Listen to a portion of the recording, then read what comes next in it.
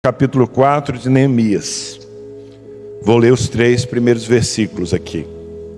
Mas tendo Sambalá ouvido que nós edificávamos o muro, ardeu em ira, encolerizou-se em extremo, escarneceu dos judeus, e disse diante de seus irmãos e do exército de Samaria: que fazem esses fracos judeus? Fortificar-se-ão? Voltarão a oferecer sacrifícios? Acabarão a sua obra num só dia? Vivificarão as pedras de montões de ruínas e queimadas a fogo? Ora, Tobias, amonita, que estava do lado dele, disse: deixai-os edificar. Se uma raposa for saltar o seu muro de pedras, derrubá-lo-á.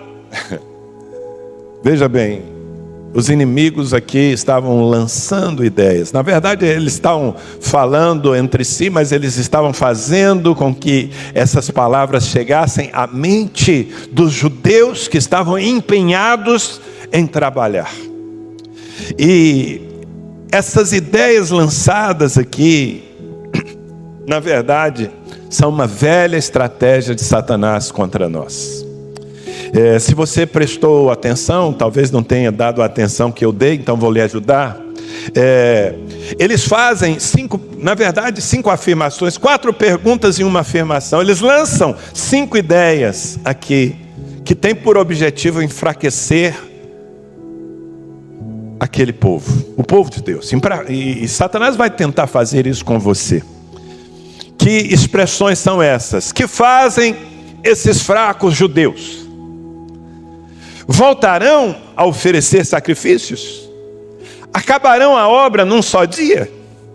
Vivificarão as pedras de montões de ruínas e queimadas a fogo?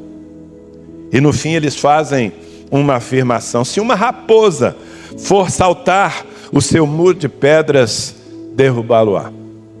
E você vai ver que, na verdade, em cada uma dessas manifestações havia uma tentativa de minar a mente e atingir o coração e tirar o que mais nós precisamos. Sabe do que mais nós precisamos para construir, para empreender? Nós precisamos de ânimo. Quantos aqui precisam de ânimo? Se você é uma pessoa desanimada, já era, o seu casamento acabou, seus filhos vão ficar ao Deus dará. Bom, se eles ficarem ao Deus dará, é melhor que fiquem. O problema é que Satanás, ele os sequestra. Sabe, nós precisamos de fato estar animados para construir as coisas que temos que construir.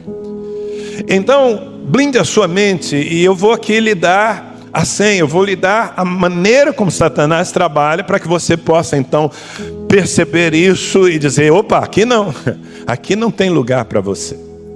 A primeira forma de Satanás nos desanimar é o que eu chamo de a exaltação da fraqueza. Diga: a exaltação da fraqueza. Quando eu digo exaltação, é que Satanás, ele infla, ele coloca lupa para que nós vejamos algo que existe na verdade, mas que nós vejamos de uma maneira distorcida e maior do que deveríamos ver. Todos nós aqui somos fracos, é verdade, eu reconheço, eu sou fraco. Eu não posso bater no peito e dizer: deixa comigo, eu suporto qualquer coisa, eu resisto ao pecado, eu domino sobre os demônios por conta própria. De jeito nenhum. Eu sou fraco, é verdade. Mas o inimigo trabalha tentando colocar a fraqueza como uma cadeia e algo que vai me desqualificar para construir em Deus. Isso é uma mentira. É uma verdade, na verdade, é uma mentira com cara de verdade. Eles disseram e fizeram chegar isso aos judeus: que fazem esses fracos judeus? Fortificar-se-ão?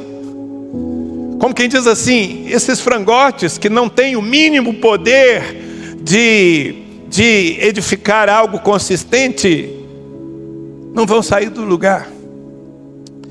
E nós precisamos admitir, como eu estou admitindo aqui, que sim, temos nossas debilidades. Alguns de nós Temos ainda debilidades, inclusive de caráter, que precisam ser reconstruídas, que precisam ser trabalhadas. Alguns de nós têm debilidades emocionais. Nós nos abalamos ainda facilmente. À medida que somos edificados em Deus, isso vai sendo transformado e vencido, mas temos debilidades. Alguns aqui, se estivessem passando por um raio-x, seria deflagrado que há debilidades nos relacionamentos, no casamento, debilidades, enfim. O problema é que Satanás trabalha para dizer que as nossas fraquezas são um empecilho para que vivamos em vitória. Que elas são, assim, um rótulo que precisa ser colado na nossa vida e significa incapazes. E isso está longe de ser aquilo que Deus fala a nosso respeito. Sabe, uma coisa é você reconhecer que é fraco, e a outra coisa é você aceitar que a fraqueza é maior que a graça de Deus. E aí está a nossa resposta. Quando lemos a palavra do Senhor, vemos, por exemplo, Joel, o profeta, profetizando. E no capítulo 3, versículo 10, o que ele diz? É uma incitação a nós lutarmos. Ele diz assim: forjai espadas das vossas relhas de arado e lanças das vossas podadeiras. Diga ao fraco, eu sou forte. Diga ao fraco. Não, com esse ânimo que vocês estão aí, de fato vai ficar difícil de eu acreditar nisso. Diga o fraco, eu sou forte. É o que o Senhor está ministrando ao seu povo no momento em que era necessário lutar por algo. Era necessário transformar tudo que se tinha à mão em arma de guerra. E o diga ao fraco, eu sou forte, não é um arrobo de orgulho, de soberba. É uma declaração de confiança na graça de Deus. Sim, eu sou fraco, mas dentro de mim habita o Espírito Santo. O Senhor, o Todo-Poderoso, é meu parceiro. Eu estou andando no seu caminho, Ele está comigo. E se Deus é comigo, quem será contra mim? Diga, se Deus é por nós, quem será contra nós? Então muda tudo, percebe? Tá, eu sou fraco, mas eu não estou sozinho. Ainda que eu ande pelo vale da sombra da morte, não temerei mal algum, porque tu estás comigo. A tua vara e o teu cajado me consolam. Sim, eu sei que há uma mesa preparada e os inimigos estão me espreitando, tentando dar o bote, mas quem está me servindo é o meu Deus. Ele prepara uma mesa, Ele unge a minha cabeça com óleo, Ele derrama vinho novo na minha vida. Então eu sou fraco, mas eu sou forte. Esse é o Espírito. Se nós nos submetermos à sugestão de que somos fracos e ponto final, já era. Você entra derrotado nas batalhas que tem que enfrentar. O apóstolo Paulo, certa vez, numa intensa e contínua batalha espiritual, quando ele sentia que um mensageiro de Satanás, um espinho na carne, o feria, e ele via tanta angústia naquilo, ele reclamou, literalmente ele reclamou diante de Deus, e o Senhor lhe deu uma resposta, que está em 2 Coríntios capítulo 12, versículo 2. Então o Senhor me disse: a minha graça te basta, porque o meu poder se aperfeiçoa na sua fraqueza. E aí Paulo, diante dessa ministração do Espírito, bem, se a graça de Deus me basta, e se o poder de Deus na minha vida está sendo aperfeiçoado na minha fraqueza, olha o que ele diz, então eu tenho prazer na fraqueza. De boa vontade, pois me gloriarei nas fraquezas, para que sobre mim repouse o poder de Cristo. Na verdade, queridos, as nossas fraquezas, pode parecer um pouco assim escandaloso o que eu vou dizer, mas as nossas fraquezas podem jogar em nosso time. Porque quando eu sou fraco, mas eu tenho uma revelação de um Deus que é todo poderoso, quando eu encontro os meus limites e portanto eu não posso confiar em mim mesmo, mas eu olho para o alto e busco ao Senhor, então se a minha fraqueza está me levando à dependência e à busca de Deus, a minha fraqueza está me levando a ser o homem mais seguro da terra. Alguém está entendendo isso aqui, não? Então nós precisamos blindar a nossa mente contra essa exaltação da nossa fraqueza. Não é negar a nossa fraqueza, mas é colocar uma vírgula. Eu sou fraco, porém o Deus que habita em mim, a sua graça que opera na minha vida é suficiente. Paulo, a minha graça te basta. A minha graça te basta. Eu quero que você entenda que a graça de Deus não é a ação de Deus apenas para resolver o seu passado. Pela graça somos salvos por meio da fé. A graça resolveu o nosso passado e perdoou todos os nossos pecados. Mas a graça é um investimento de Deus para o seu hoje. A graça lhe possibilita viver em vitória contra o pecado. Ela não apenas resolve o pecado de ontem, mas ela também lhe dá poder para vencer o pecado de hoje. É pela graça que nos santificamos em Cristo Jesus. Amém? E mais do que isso, queridos, as nossas debilidades, as nossas fraquezas não afastam Deus de nós. Veja bem, não confunda isso com pecado.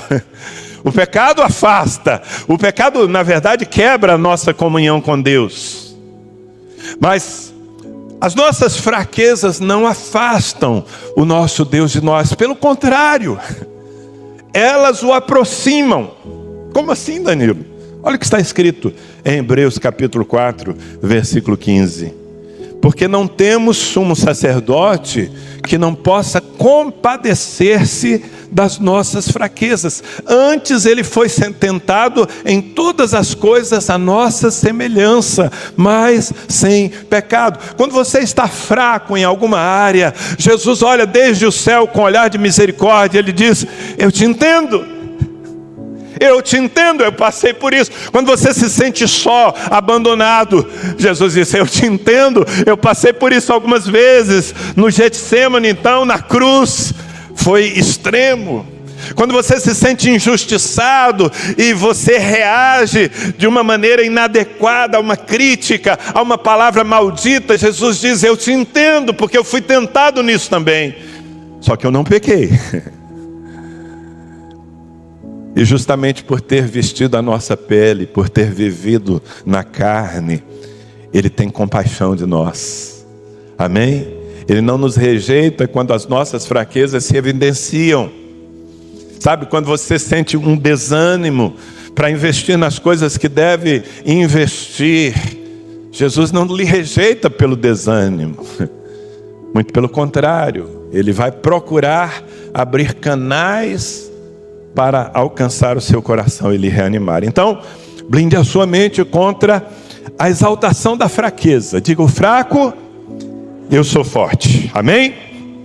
Agora, Satanás trabalha também com aquilo que eu chamo de exaltação do passado. A segunda frase que aqueles inimigos do povo judeu lançaram para desanimá-los foi: voltarão a oferecer sacrifícios? E ao fazer essa pergunta, é preciso que você entenda o contexto. Eles estão lembrando aos judeus os anos em que a espiritualidade deles foi abafada. Por muitos anos Jerusalém esteve abandonada, as portas queimadas a fogo, os muros destruídos, o templo também completamente destruído. E muito tempo se passou naquele marasmo. E agora, quando eles dizem voltarão a oferecer sacrifício, eles estão dizendo: isso é coisa do passado. Na verdade, o que vocês têm vivido ao longo de tantos anos é a vergonha. E a vergonha de ontem é perpétua, ela vai ficar. Você vai ter que conviver com isso. Querido, cuidado. De fato, o nosso passado tem tantas coisas desalentadoras, não é verdade? Se eu pudesse voltar atrás, quem nunca pensou assim, né? Ah, se eu pudesse refazer. Ah, se eu pudesse evitar. Ah, se eu pudesse dar uma marcha ré na vida para tomar um outro caminho. Sabe, não é possível nós voltarmos no tempo. Nós não, mas o Deus que é o nosso alfa e ômega, o Deus que visita o nosso passado assim como nos espera na eternidade, esse Deus resolve o nosso passado. E aquilo que foi argumento de vergonha, de derrota, de condenação, o pecado que nos prendeu, os erros que nós cometemos e que terminaram em frustração, as decepções que nós tivemos com pessoas, e que Satanás quer dizer, isso vai acontecer sempre, não confie em ninguém. Há pessoas que estão sendo completamente sequestradas na sua fé, porque elas ficam com medo de relacionamentos. Tem gente que não vai numa célula, que não quer ser pastoreado, porque já foi ferido por um pastor, por um líder. E Satanás está dizendo, vai tentar de novo. Você vai desconsiderar o que já aconteceu, vai viver tudo isso novamente? Então você se oferece para o ministério e vem a voz do acusador e diz, quantas vezes você já caiu em pornografia, você já adulterou, você já fez isso e aquilo. E se você engolir esse sofisma, você vai vestir a carapuça de desqualificado para sempre, ou de em risco para sempre, e você vai encavernar. Esse é o propósito dele. Um crente na caverna, como eu disse, não traz nenhum prejuízo para o inferno. Então, você precisa entender que o seu passado foi resolvido em Cristo Jesus. Que as coisas que lhe aconteceram, mesmo aquelas que foram resultado de más decisões, ou até mesmo de pecado na sua vida, elas não têm que se repetir. E elas não vão se repetir se você estiver firme em Cristo. Se você estiver se alimentando da palavra, obviamente, você precisa andar por caminhos seguros. Você não vai, sabe, ficar passeando na lagoa, né? Na beira da lagoa. Porque aí é mais fácil de alguém te empurrar. Mas é muito importante que você olhe para frente. Amém? Deus lhe fez para olhar para frente. Seus olhos foram colocados na sua cara e não na sua nuca, porque Deus lhe fez para olhar para frente. Você está comigo ou não? Escrevendo aos Filipenses 3, versos 13 e 14, Paulo diz, irmãos, quanto a mim, não julgo havê-lo alcançado. Ele está dizendo, eu não alcancei a perfeição, eu não sou perfeito. Mas uma coisa faço, esquecendo-me das coisas que para trás ficam e avançando para as que estão adiante de mim, prossigo para o alvo, para o prêmio da soberana vocação de Deus em Cristo Jesus. Paulo está dizendo, eu tenho um alvo, você precisa ter um alvo, você precisa ter um propósito, e você precisa avançar, mas para avançar você precisa esquecer aquilo que te prende. Nós, nesse primeiro semestre, vamos certamente, estação das sementes, vamos nos dedicar a ganhar vidas. Eu estou buscando a Deus sobre um novo formato, mas nós vamos trabalhar com casas de paz. Pronto, falei uma palavra que faz com que algumas pessoas digam, ai, sabe o que é, pastora? Que eu já fiz algumas casas de paz, eu me dediquei tanto, e quem estava lá não se converteu, não se firmou em Cristo. Olha o diabo tentando exaltar o seu passado, tentando dizer que a história que não foi tão legal assim vai se repetir. Se você ficar olhando para trás, você nunca vai acertar um alvo, você nunca vai chegar a lugar algum. Então você precisa prosseguir, se esquecendo das coisas que ficam para trás e avançando para aquilo que está adiante. Esse é o propósito de Deus e esse é o segredo da vitória. Aqueles judeus, eles continuaram a obra porque não olharam para o passado, porque o passado representava escravidão, o passado representava escombros. E é isso que os seus inimigos estão querendo dizer. Ei, vocês estão paralisados há tanto tempo, vai mudar agora? É? Se essa ideia vier à sua cabeça, você diz, está mudando agora, sim, eu tenho uma nova vida, eu tenho uma nova oportunidade em Deus, o Espírito Santo está programando coisas novas para a minha vida. O escritor aos Hebreus, capítulo 8, versículo 12, ele diz o seguinte, pois para com as suas iniquidades usarei de misericórdia, e dos seus pecados jamais me lembrarei. Aqui é uma palavra direta em relação à acusação, porque é uma outra forma do inimigo nos convencer de que o passado é mais forte que o futuro. Você já pecou, você já caiu tantas vezes, vai cair de novo, para que se levantar? Já fica caído mesmo. Porque é assim que Satanás trabalha conosco. E alguns crentes resolvem que vão ficar caídos mesmo. Porque eles não conseguem perceber que Deus os levantou. Se Deus os levantou, então eles têm a oportunidade de correr. Amém? Agora, o que a Bíblia diz é que quando há arrependimento e confissão, isso não é um processo automático, não é compulsório, não é que você cai e está perdoado. Deus não é um Deus complacente, não confunda as coisas. Aliás, o pastor Luciano Subirá acaba de lançar um livro, A Graça Transformadora. E eu recomendo que você compre esse livro, que você o adquira e que você o leia, porque é uma vacina. Há uma doutrina satânica que tem invadido a igreja, que é o que nós chamamos de hipergraça ou supergraça. É uma confusão. Na verdade, pessoas, pregadores famosos que estão dizendo: ei, Deus te ama tanto que Ele não está preocupado com como você vive. Se você pecar, você já está perdoado.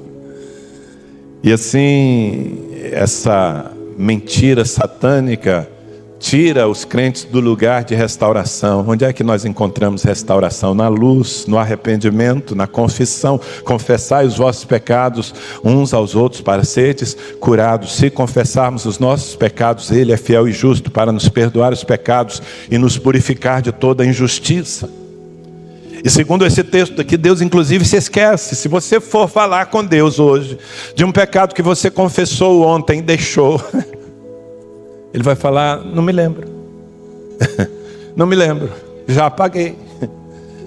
O meu sangue, o sangue de Jesus na cruz, é mais poderoso do que isso que você fez. Amém? Isaías 44, 22, desfaço as tuas transgressões como névoa e os teus pecados como a nuvem. Torna-te para mim, porque eu te remi, diz o Senhor. Ele desfaz, amados. Ele não guarda na manga para jogar na nossa cara amanhã, não. Ele desfaz como a névoa as nossas transgressões. Ele nos convida a viver uma nova vida. Torna-te para mim, porque eu te remi. Está resolvido.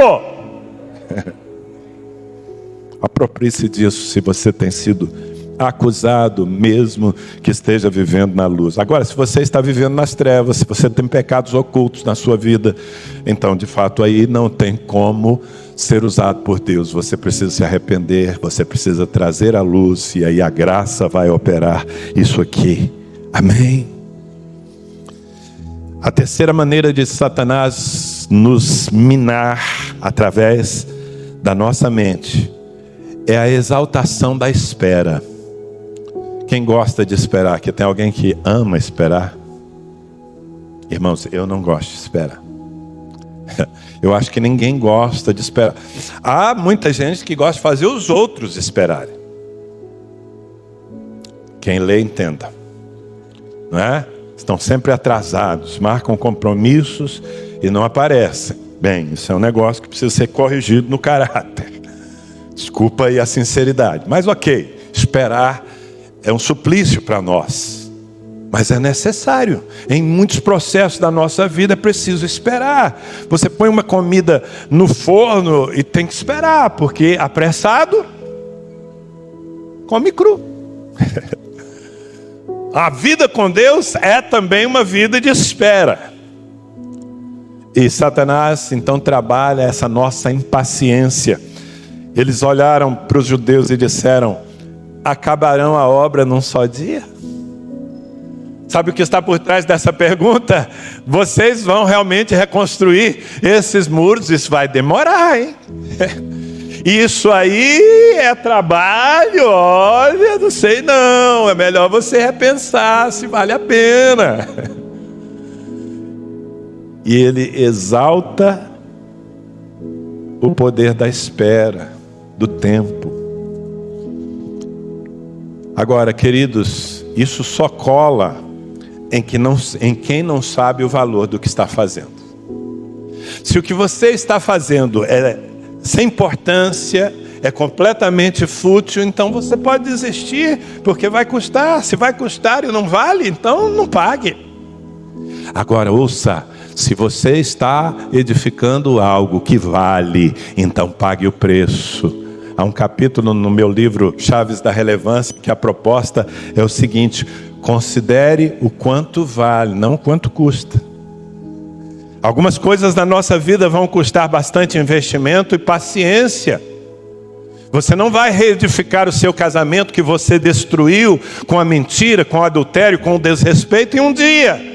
Alguns têm essa expectativa, o sujeito desonra a esposa anos e anos, aí um dia ele tem uma experiência com Deus, Deus o perdoa, ele confessa, a esposa perdoa, ele chega em casa com um sorriso desse tamanho e falou, zerou. Não, peraí, zerou, ok, zerou o perdão, mas a confiança precisa ser reconstruída. A credibilidade precisa ser reconquistada. Então vamos lá, dia após dia. Quanto mais o tempo passa e você anda na verdade, quanto mais o tempo passa e você é uma pessoa respeitosa, mais se estabelece a sua vitória no coração dos outros. Você está comigo ou não? Então, pague o preço. Vá até o fim da jornada.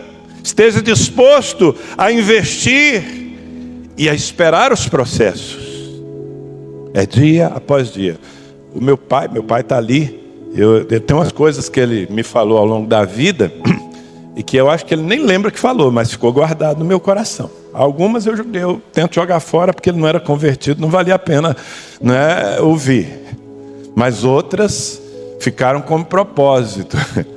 E uma das coisas que meu pai me falou um dia a gente derruba uma casa num só dia, mas a gente não reconstrói uma casa num só dia. Quer pegar a marreta e mandar para dentro, mano?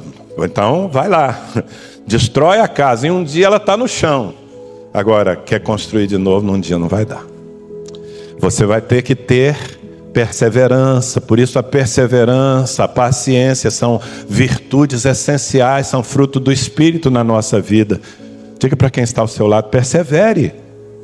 Ah não, mas Satanás está dizendo aqui que vai demorar muito. Você fala para ele, então vou continuar até que eu consiga. Persevere, persevere. Quanta gente deixa as suas conquistas porque o tempo é uma das exigências. Hebreus capítulo 6, versículo 15.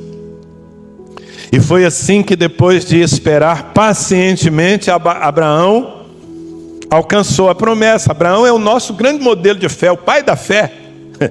Deus lhe fez promessas tremendas, mas olha, demorou.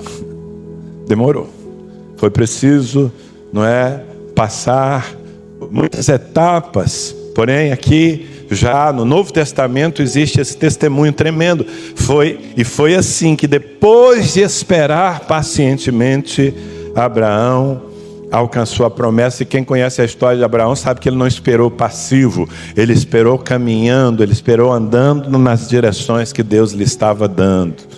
Talvez ele tenha atrasado um pouco o processo, porque em determinados momentos ele pisou fora da linha, como quando ele gerou um filho que não era o filho da promessa, como escrava, aquilo atrasou. Então às vezes você também pode atrasar o processo quando você pisa fora da linha.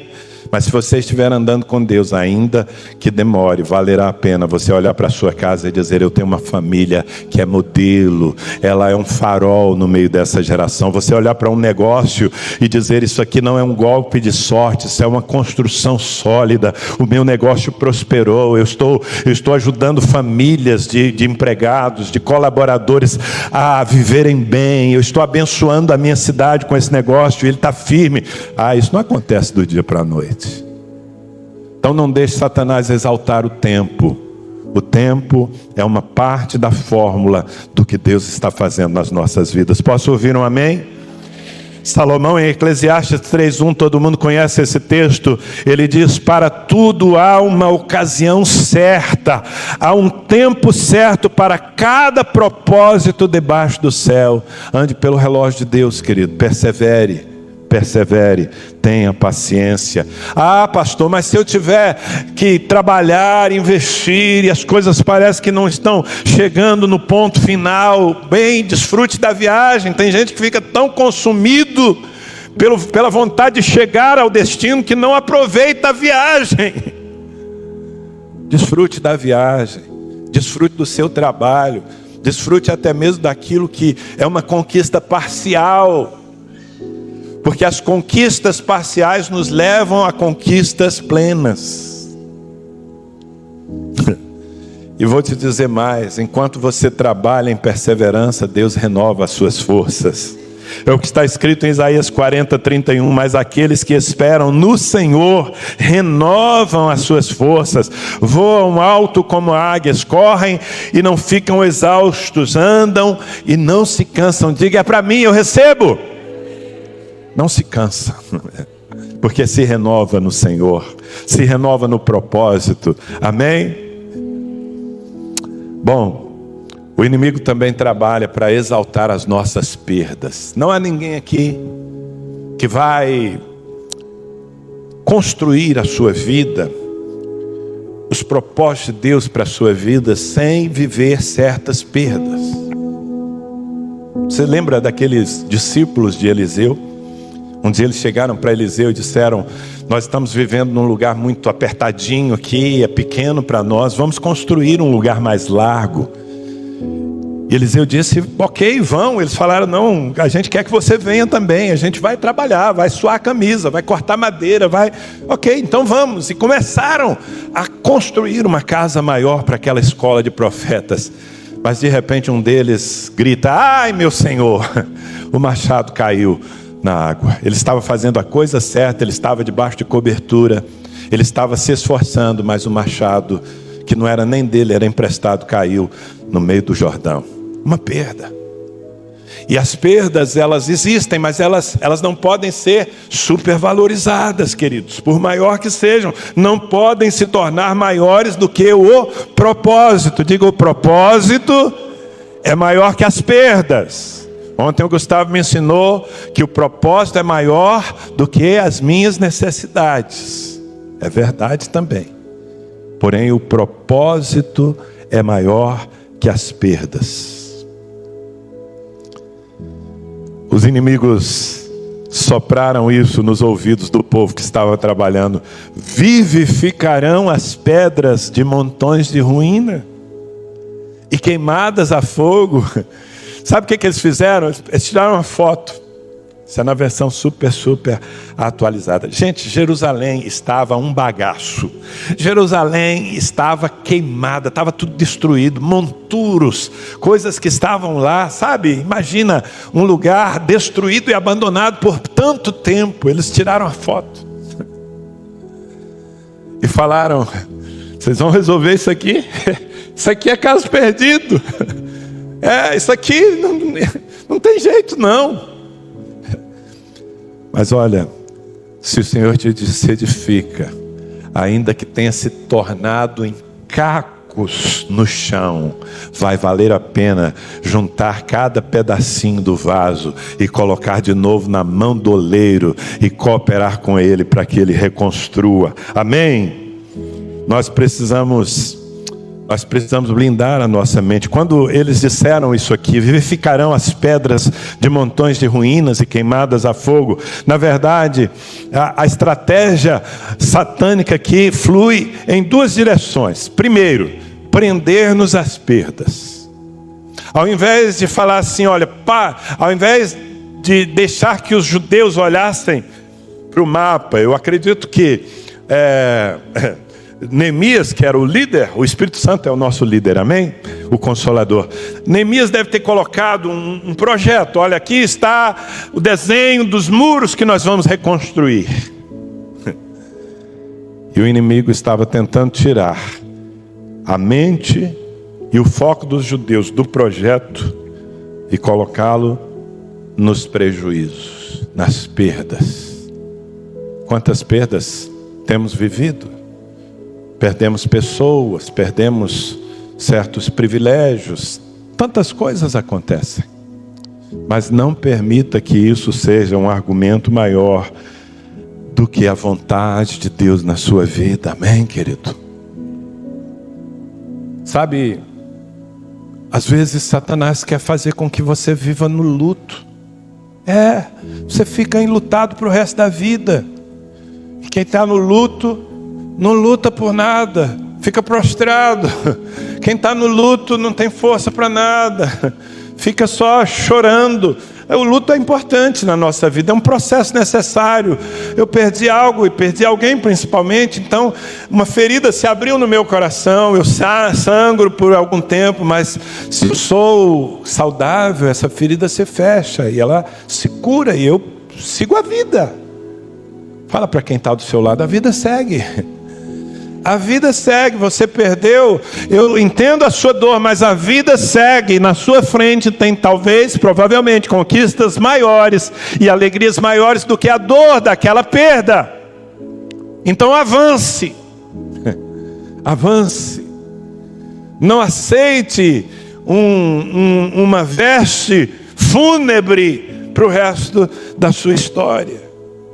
Em Isaías 52, o Senhor está tratando com Israel justamente num tempo em que eles estavam tendo dificuldade de deixar as perdas para trás. E olha o que Deus diz, Isaías 52, versículos 2 e 3. Sacode-te do pó, levanta-te e toma assento, ó Jerusalém, solta-te das cadeias de teu pescoço, ó cativa, filha de Sião, porque assim diz o Senhor, por nada fostes vendidos, e sem dinheiro sereis resgatados. Deus está dizendo, eu não abri mão de vocês, então sacudam o pó, deixem para trás as cadeias que estão prendendo vocês ao que foi, aos prejuízos e às perdas.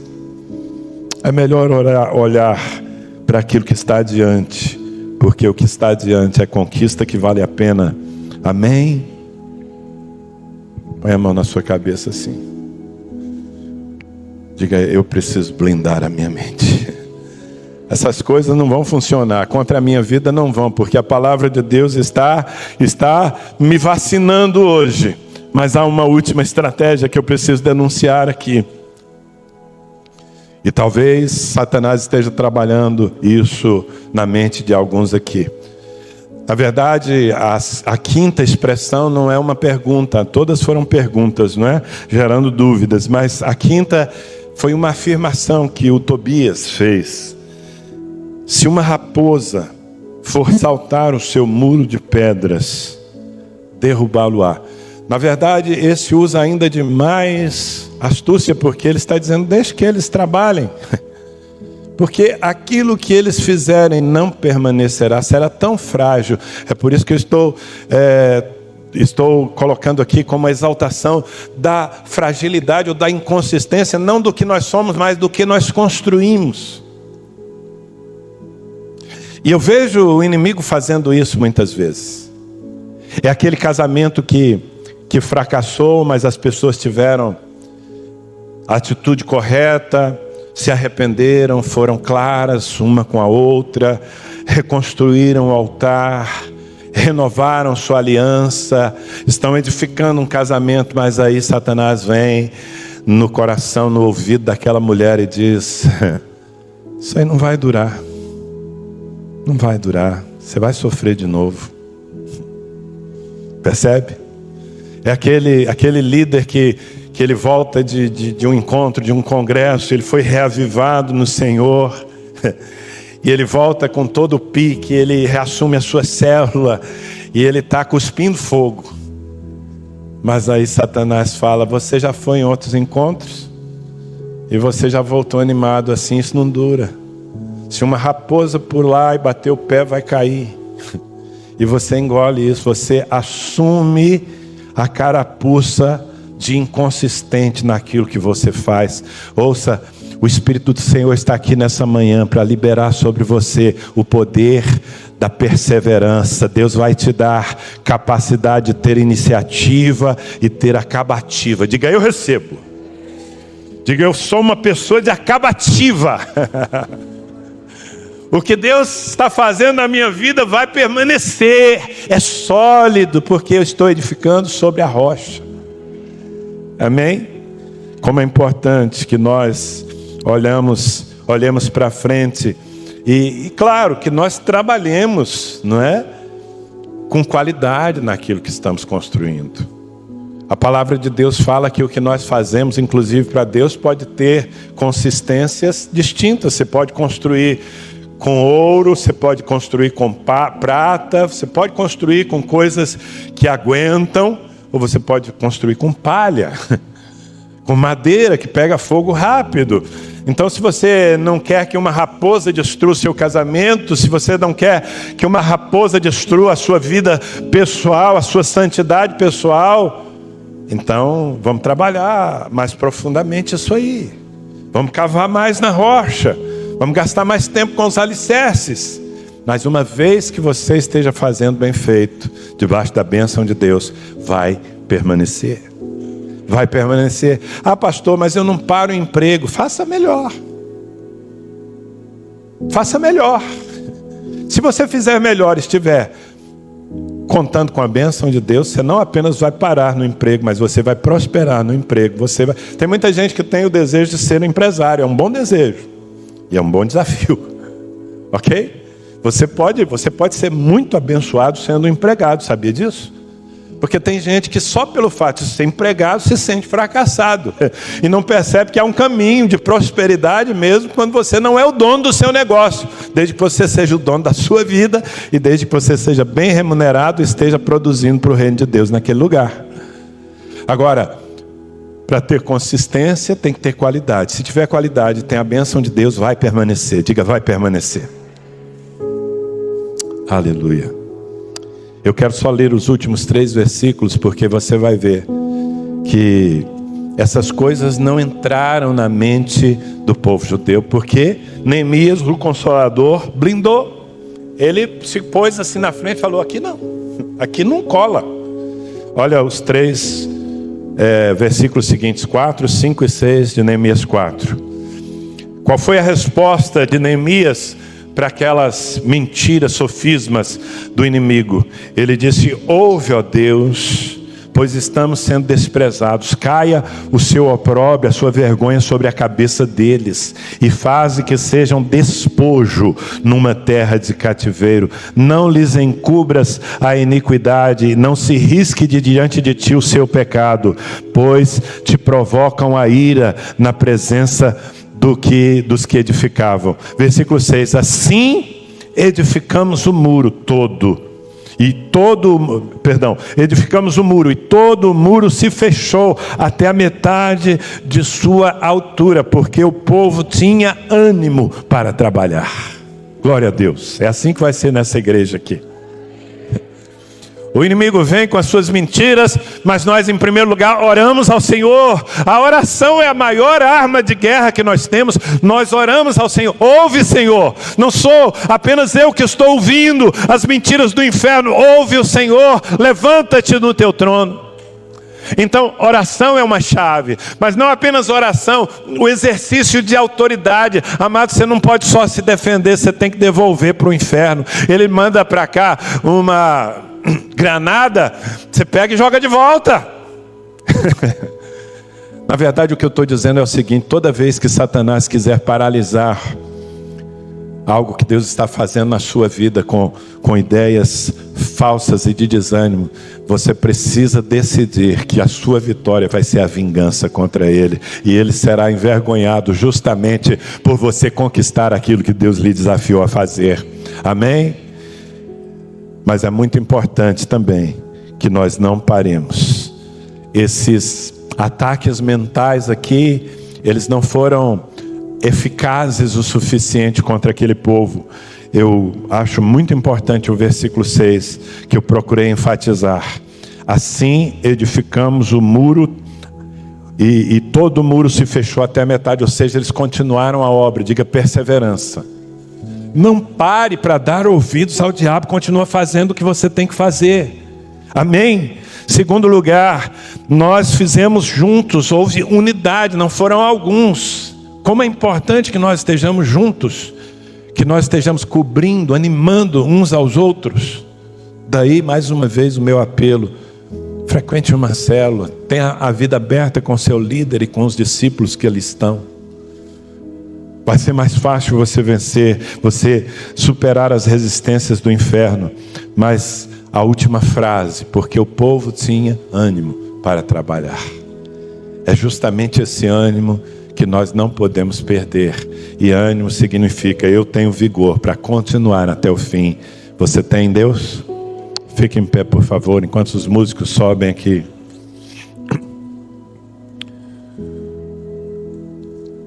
Que a palavra de Deus seja um instrumento para blindar a sua mente, amém?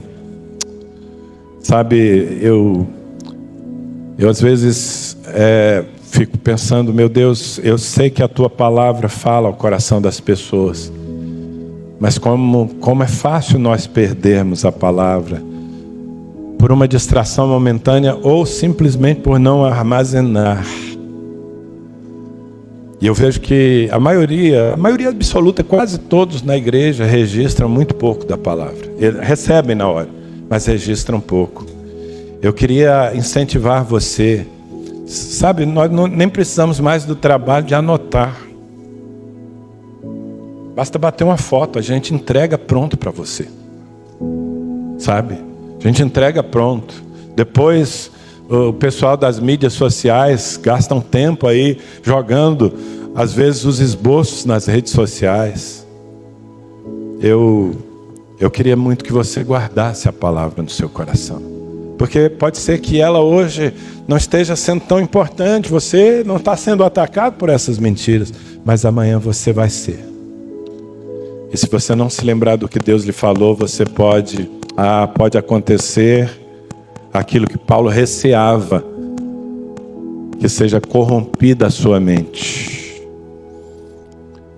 Então vamos orar ao Senhor, amém? Nós temos propósitos na nossa vida. Você tem propósito? Não, você está à deriva. Pode ser que tem crente aqui que está à deriva, não sabe o que vai fazer, em que vai investir, qual é a sua prioridade nesse ano. Amado, se você não sabe, você precisa urgente de um mapa, você precisa urgente de uma direção, de eleger as coisas que vão ser o seu foco. E seria muito bom se você conferisse com Deus para não investir naquilo que vai parar porque Deus não está junto. Feche seus olhos.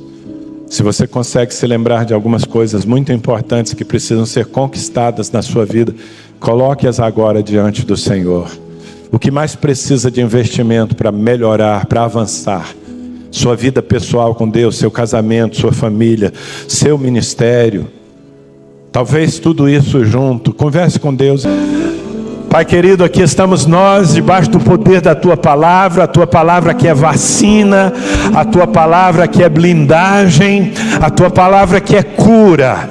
Eu oro, Senhor, por aqueles que estavam debaixo desses ataques mentais, já sendo de alguma forma desanimados, Senhor.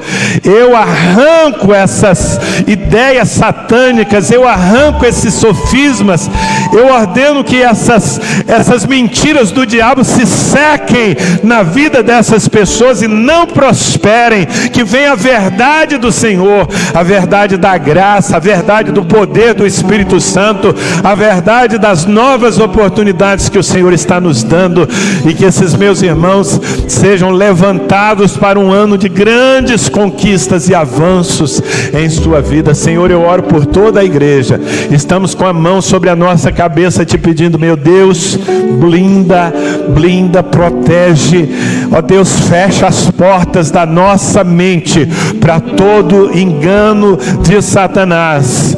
Cada vez que ele vier com essas ideias, ele vai encontrar a palavra do Senhor, que diz que nós somos vencedores, que nós somos amados, que nós somos perdoados e que nós temos um futuro abençoado. Nós decidimos ficar com a palavra e nós dizemos a mentira fora da nossa vida. Nós estamos blindados em nome de Jesus Cristo. Diga amém. Diga, eu estou blindado pela palavra do Senhor. Glória a Deus. Maravilha. É um bom começo de ano. O Senhor vai nos fazer viver coisas maravilhosas. Eu espero me alegrar com as suas conquistas. Amém? Vá na paz, que o Senhor te acompanhe, que o Senhor preceda os seus passos. Pregue a palavra. Domingo que vem traga alguém para esse culto, alguém que precisa de Deus. Comece a ser o semeador que Deus espera que você seja, em nome de Jesus.